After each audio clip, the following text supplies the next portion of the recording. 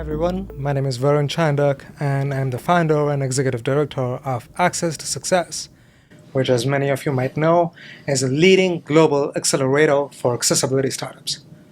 I'm right now here in Washington, D.C. in the beautiful offices of the Toyota Mobility Foundation, and with me is William Chernicoff, Senior Manager of Research and Innovation for Toyota Mobility Foundation. William, thank you for sharing some of your time with us today. My pleasure. Always happy to sit down and chat with you. The Toyota Mobility Foundation has been an amazing collaborator in the world of accessibility innovation for a very long time. And earlier this year, they graciously joined as a collaborator for Access to Success in our active mobility stream. William, tell us a little bit about Toyota Mobility Foundation and what it does and what you do. Yeah, no, happy to. Just for a little bit of background, Toyota Mobility Foundation is a Japanese nonprofit, so technically a separate legal entity from Toyota Corporate, but we certainly bring a lot of the know-how, experience, and background from Toyota Corporate. We've been set up, operating for about a decade now, really across the broad mobility space to solve those pressing mobility challenges, often faced by more vulnerable or disadvantaged communities. But it's broad, relevant to what we, of course, are engaging with Access to Success on and our broader activities in active mobility in Toronto. That's a little bit more focused on what people sometimes think of as personal mobility. But that, of course, connects into the broader mobility systems. How do we make communities more mobile, more accessible? How do we remove the barriers? How do we improve the performance and operation or even the design of communities and mobility systems? But at the end of the day, a lot of what we do is about people, right? The best mobility system in the world is just that. But if it can't move people, and if people can't get to that mobility system, access, leverage it, or benefit or move freely and have that agency and that independence that's so important to them at the end destination, then those technologies don't really do much. So understandably, we've evolved over a number of years and have this growing and important emphasis on supporting the personal mobility and the individual's ability to move when and how they want. You touched upon the concept of active mobility there a bit. Can you elaborate on the genesis and evolution of that thesis of active mobility, how it started and where it is today? So for us, it means kind of this encompassing of technologies that might deal with rehabilitative or accessibility or adaptive technology. How do we help individuals move? But the emphasis, right, is on active. It's tied to this idea of independence and agency that we want to give people, that ability to be active, to move when and how they want to, not just be moved, but choose to move and have control over how they move. Now, that could be in an advanced wheelchair. It could be with an assistive device that helps them walk where they otherwise couldn't, or navigate when they otherwise might not be able to navigate. It's the things that allow people to leave their home and move as individuals throughout the world to do the things that are important to them: family, jobs, recreation, fully participate in society. But the key here is that active part, because that ties back to that agency and that independence that I think is so critical around the things that we want to bring to society. It's so much more. That one phrase covers so much. It's so much more, and therein lies almost a little bit of an irony in that there's this view in the mainstream that disability is a niche market. You and I know disability is not a niche market. It's the world's biggest, largest untapped market. And disability is not homogeneous. Nope. Within disability, there's so much nuance, so much heterogeneous nature of disability that's just underneath the surface. So how do you take all of that so much, and turn that into something that's graspable, that's doable? I know you've talked a little bit about hubs. You mentioned that briefly. Can you talk a little bit about how are you making this into something that you're executing on? Yeah, I mentioned the hub that we have in Toronto, which is where Access to Success is and is an important part of that pipeline. I think what we're focusing on right now, or a major thrust of what the foundation is focusing on, is how do we bring solutions not just to market, but to scale, right? It's the scale that's important. When I talk about innovation broadly, I talk about the difference between invention and technology and invention and innovation. For me, an important component of innovation is, does it serve and does it capture the market? So there's this scaling component. The foundation has done some incredible work over its existence, but there was this recognition of the work we were doing with some of our challenges of helping companies that work in this space develop prototypes, and we're working on the ground to implement solutions. But how do we get the prototypes over this multi-year time frame of particularly challenging in this medical adjacent space to that point where they're able to scale? So our approach was to essentially create a hub, which we're doing with Mars Discovery District. But that's part of an anchor of this broader, what I call ecosystem, because it does take a village, right? You need an extended level of support. We're bringing startups in. We're giving them 2 years of comprehensive support, not just pitch training, contracted services, media support, specialized, almost bespoke support to help these startups where they are in their journey so they can go from kind of that, okay, we've got a minimum viable product. We have something that we've started to enter the market, but how do we get that Series A or get up to that Series B where we're now in this growth trajectory where we're really delivering the solution? But like with any ecosystem, right, there's strength in numbers. And what we're starting to see, and I think you've started to see too, right? You've seen incredible growth in the number of startups that are applying to Access to Success. There's a recognition that what we're doing by bringing all these individual pieces together is just building on each other. If you want to work in this space, Toronto is a great place to go because you know you're going to get the support. You've got the talent pipeline from the universities and the colleges. The startups that are working in this space are bringing a lot of knowledge and know-how. The ancillary support that these startups need is now coming into play, and it's specialized. You have to understand this space, right? You know, and you hear the phrase, right, nothing about us, without us, right? Well, that's this human-centered design component, right, which is so critical. So people who've worked in this space bring the experience and knowledge that they can then bring to these startups in the right way to help them advance along this trajectory. So that's important, right? It's how do we really facilitate the ability for the solutions and the innovators, and for the most part, I mean, we see it. Most of the startups that we're seeing that are successful are coming at it because of some lived experience. They recognize a gap in a need or some unmet need related to the disability space, and they've come up with ideas and technology and inventions that we want to make innovation to solve that need. Access to Success, as what many of you may know, has been doing exactly that for a number of years, helping a number of accessibility startups, 78 since 2019, in fact, get off the ground and get to scale. Can you talk a little bit about why Toyota Mobility Foundation is collaborating with Access to Success and what your hopes for this collaboration are? Yeah, so I think I mentioned the hub that's centered with Mars Discovery District, and it's filling a particular niche along that value chain. But the pipeline is absolutely critical, right? And Access to Success from the beginning has been an important collaborator. It is not an accident or a surprise that a number of the companies that we've brought into this hub through the 2 cohorts are graduates of Access to Success, because you need the ability to go from the idea that may be coming out of a university or an individual's experience and they want to create the startup.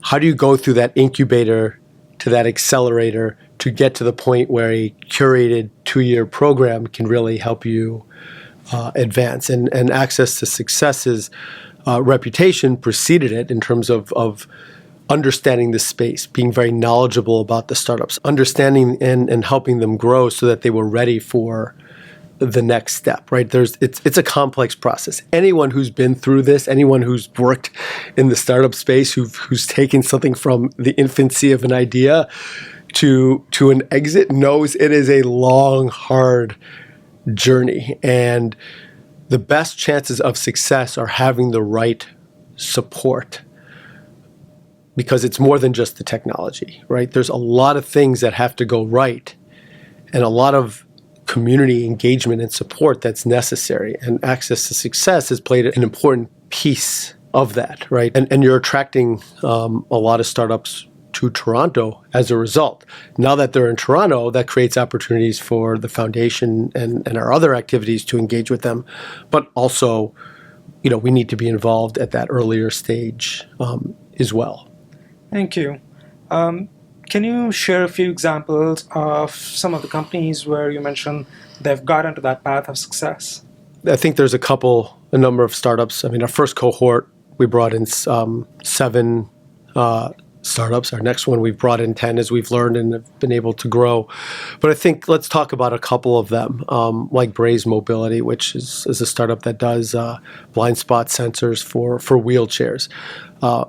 That's the technology. When I try to explain to what they're really doing is they're building confidence for people to use the wheelchair, particularly powered wheelchairs that might be joystick or other vision controlled, to know that they're not going to bump in or run into things, and which in and of itself is not ideal, but the real challenge is that it calls attention to the individual in a way that they don't deserve to have attention called to them. So if we can eliminate that, that's confidence to go out and navigate and use your mobility assistive devices more freely.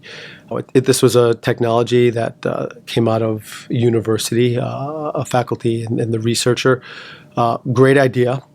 But along the way, they had to kind of rethink some things. They had to reorient around some of the human-centered design principles. What problem were they really solving? How does this work for the customers, the clients? But they never would have gotten to where they are without a lot of the support and guidance that they got out of Access to Success in terms of building the startup, helping them advance, improve the technology, improve the pitch, understand what their early go-to-market strategy might be. That made them very viable for us to bring them into the hub.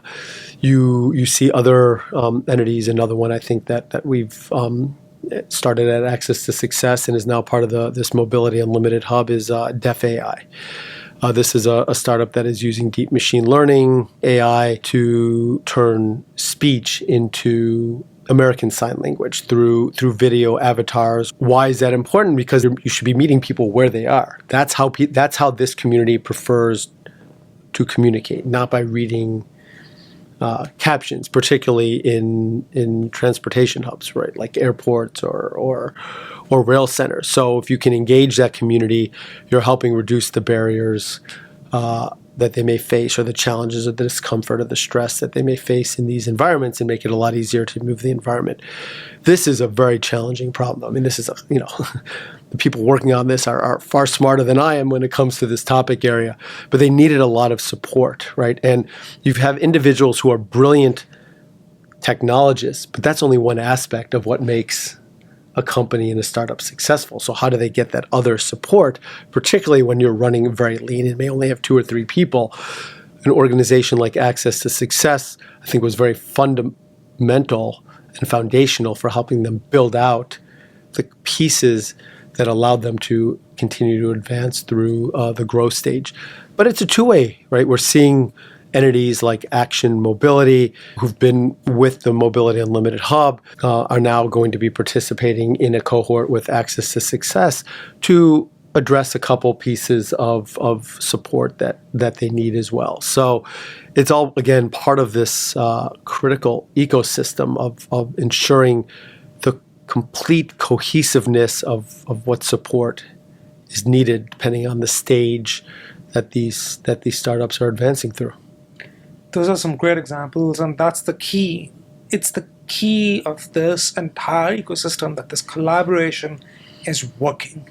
This collaborative efforts across organizations, across the private sector, across the public sector is working. It's paying off results. Startups are beginning to scale. They're beginning to reach people with disabilities at a scale that hasn't happened very often in the past. Yeah. So that was everything to date. Looking ahead a little bit, what's next? I think there's still a lot of growth potential here. The foundation has made a multi-year commitment to this, but for me, it's about, we've just brought in our second cohort. We're going to be thinking about what's next for our third cohort. We want others to engage, right? Success for me is engineering myself and the foundation out of the role, so to speak. We came in and we helped seed and coalesce this. When this started, I saw these fantastic pieces, but they weren't operating together. So one of the things that the foundation does very well is convening, and we brought everything together. We help de-risk and we prove the merit of what is happening in Toronto, and we're committed to supporting it for a number of cycles. But ultimately, we wanted to be able to step back and let others kind of carry this forward, so that Toronto continues to benefit from everything we've invested in and grows as an epicenter of active mobility and disability tech, particularly in the mobility space. So stay tuned. We're hopefully going to, can't promise, but it looks like we're going to try to extend for another couple cohorts, but we are looking for others to come in and continue to take, coming back to the word active, a more active role in collaborating with us so that I can step back and tackle the next big societal challenge. Last question on that very topic. For people who are still on the fringes, who are either undecided or unsure about how to get involved in this sector, or how to contribute, how to collaborate, whether it's companies, whether it's organizations, other accelerators, what advice would you have for them? Well, if you're not sure how to participate, start asking questions, right? There's some incredible resources. They can obviously reach out to you. They can reach out to us. They can reach out to other existing collaborators. But think about what your value proposition is. You don't have to necessarily be the tech company.